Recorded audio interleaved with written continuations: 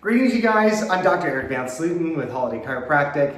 Thank you for joining us. We appreciate you and your desire to learn more about chiropractic care, about your spine. We're here to learn about how to take care of our spine, and I always advise my patients that the best way to do that is by totally taking ownership of your health care. I often will stress that I wasn't there for the hours of sitting, for the hours of weekend warrior type experience, or for the detrimental things that we do to our spine, or dare I say, for the hours of dropping your head over the phone. So all of these things that we do to our spines that bring decay and breakdown, I wasn't there for those things, but as much as the patient has pursued behaviors that may be destructive to their spine without knowing, unknowingly, they also, as they learn how to take care of their spine, they can do that for the rest of their life. So that's what this is all about, is we get to connect with you on this forum. Right now we're online. We often do our workshops in person. For a season, we are doing them online, and so we thank you for joining us. Again, I'm Dr. Eric Van Sluten. I'm a chiropractor. My passion is serving humanity with my hands. Chiro means done by hand, praxis is practice of. So that is a beautiful thing, that we get to study the human spine and its unique relationship to the human nerve system. We know that every nerve from your brain goes through that spine and out to every single part of our body, not just our legs and our feet and our extremities, but also they go to core organs and our organ system. So listen, I am here to bring life and health and vitality to you through specific corrections of the spine, and then you are here to actually take ownership of your spine, take my feedback and my advice, and actually make your spine better for the rest of your life. So having said that, tonight, our dialogue focuses on tech neck and the significance of the epidemic of forward head posture. I have behind me a bowling ball, and I know that you're curious about that. We like to analogize the human head to the weight of a bowling ball sitting on this tiny fulcrum. And if I'm going to put myself in the place of this head, you can see that as we strain the neck forward with the weight of the head, it produces increasing strain on the lower levels of the cervical spine or the neck. And what we've learned in research is that approximately for every inch of forward head posture, we're producing an additional 10 pounds of stress at the base of the neck. And that means that when you see people in your family or your friends dropping their heads over their phone, that is basically sinful to your cervical spine and the rest of your spine. It's commonplace, and yet it is such a detrimental thing that we now have an epidemic of what we refer to as tech neck or forward head posture. Now, common signs of people that truly have a tech neck would be TMJ pain or temporomandibular joint pain. So that'll commonly be through here. Related to that will be headaches. They'll have discomfort and muscle pain at the base of their skull or in their upper neck. Oftentimes they'll have a strain in their lower neck. They may have common experiences of their neck going out in the layman's terms, and upper back pain likewise would be common. Now, symptoms or spinal signs that we would provide diagnostic criteria to would also be early arthritis might develop.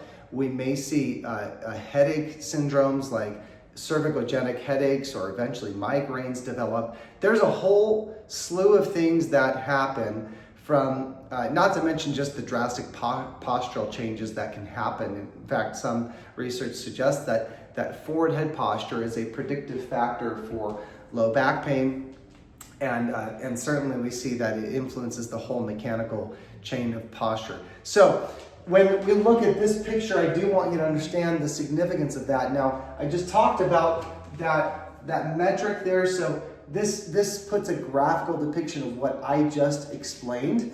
And I also mentioned, I did mention headaches and neck pain, but numbness and tingling in the fingers. This is a graphic from the Foundation for Chiropractic Progress, and just a graphic that was released for the public at large, and it was a big part of our messaging to the public. So a core part of my heart, I have solutions for this for people that are suffering from this. And this is so commonplace that it basically, people just decide, oh, that's normal, or this is just this is what everybody does. Everybody has forward head posture. As long as they don't feel pain, there's no problem. And I would tell you that's like people saying there's no problem the day before a heart attack. Now, this may not be as drastic as a heart attack, but essentially the idea that no symptoms mean no problem is something that we have to get away from. When we see a forward head posture in the family,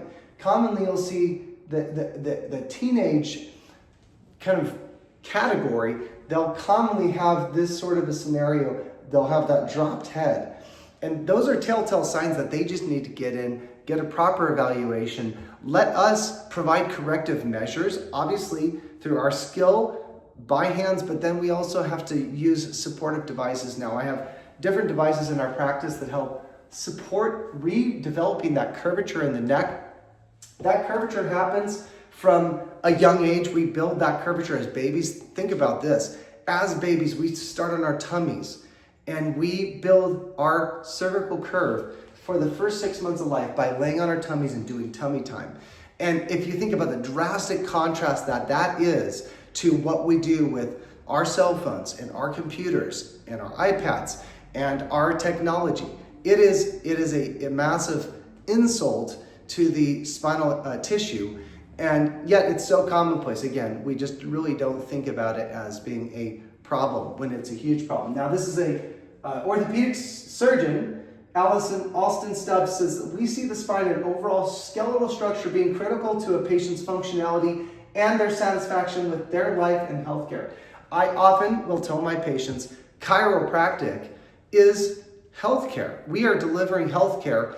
And some patients are here weekly and on a wellness or maintenance basis, and that's doing critical things. When we adjust that spine, it provides crucial channeling information to your brain through what we call proprioception. That's a dialogue for another day, but that joint and muscle feedback to the brain is critical. Movement that the body was not experiencing because of subluxations, that information gets better to the brain. And this doctor, this orthopedic surgeon is saying, when that spine is functioning healthily, and maybe when we're reducing issues like tech neck, it is critical to the patient's satisfaction with their life and healthcare.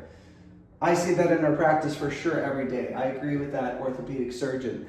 This is a PT, a doctor of physical therapy. How we hold our bodies while we interact with our devices is very much under our control. Posture re-education is key to decreasing the incidence of back, shoulder, and neck pain, as well as the other things that we mentioned. So there are devices, in fact, I was just looking at this the other day, that we can put on the skin that actually give us like a Pavlov dog response where it actually goes when we drop our head forward. You could try something like that. You could certainly use corrective measures that we prescribe to you, but on the preventive side, you could have the people in your house hold you accountable to not dropping your head over your devices. Have fun with it and make it playful, but certainly don't lose the significance of what it's doing to your brain, your brainstem, your spinal cord, all the spinal nerves that pass out of your spine into every part of our body. And that is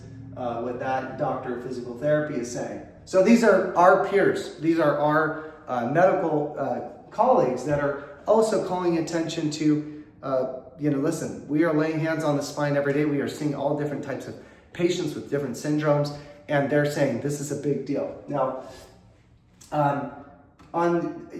this is talking about headaches. I'm not going to go into detail on that. All I'm going to tell you is that if you have headaches and you've never received a measure of chiropractic care, you really need to seriously entertain having an evaluation by a chiropractor who knows what they're doing.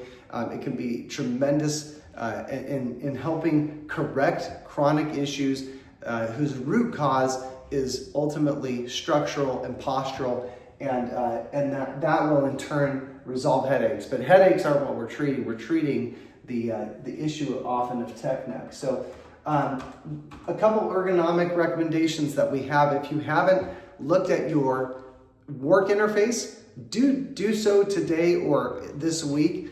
Look at your keyboard and look at your screen. Where is the screen placed? Is the screen placed in a place where you're about eye level with the top of the screen? If it's not, then put a couple books under it or raise up the stand. Those would be easy things to fix. And also, I would also say, make sure that you're not putting too much strain if you have dual monitors by rotating to one side only.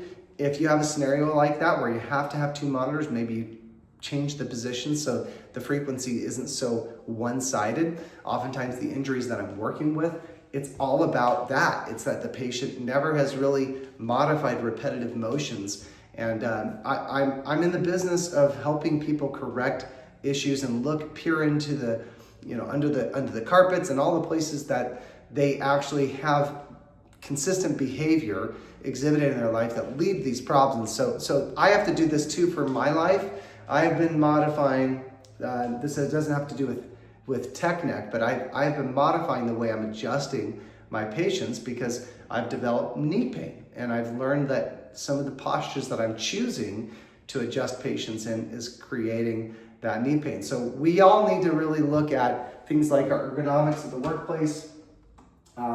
I do lectures in your workplace, so if that's something that you or your team would like me to come do, I'd be happy to do that. Another graphic that shows this gradient of 0 to 60 degrees, and at 60 degrees, this poor man has 60 pounds of force at the base of his neck. And so, here's where we're going to end. We're going to end at the beginning by saying, if you have understanding that you or the people around you are dealing with tech neck, you first need to begin to arm your household, your workplace with measures that are going to create certain controls for you to not move into those dangerous postures. And then certainly you need to engage a healthcare provider like myself or somebody else that you know, like, and trust that's going to really feed into that, give you professional advice, provide the necessary care. And then I would highly recommend you also use x-ray evidence. I didn't provide pre and post x-rays in another lecture that I do. I do have pre and post examples of patients that have gone through a measure of care, and we can literally see changes in the curvature of their spine. And we understand and recognize in the chiropractic profession that there are curvatures that the spine naturally needs to thrive, and when those curvatures are lost, it creates a challenging scenario for the body to thrive, and eventually we get these symptoms and syndromes that we've been talking about today. So thank you for joining me. My name is Dr. Eric Van Sluten. I'm a chiropractor here in Salt Lake City, Utah. I love our practice. Our practice is called Holladay Chiropractic. I love our team and patients. Often as they leave Google reviews about our practice, they comment about the team as much as the care that we provide. And so if you are out there needing help, we'd love to provide it. Or if you are out there and you just hopped onto our YouTube channel to hear this dialogue, then we also thank you, and we hope that you're able to get the help that you are looking for. Thanks, you guys. Have a great night.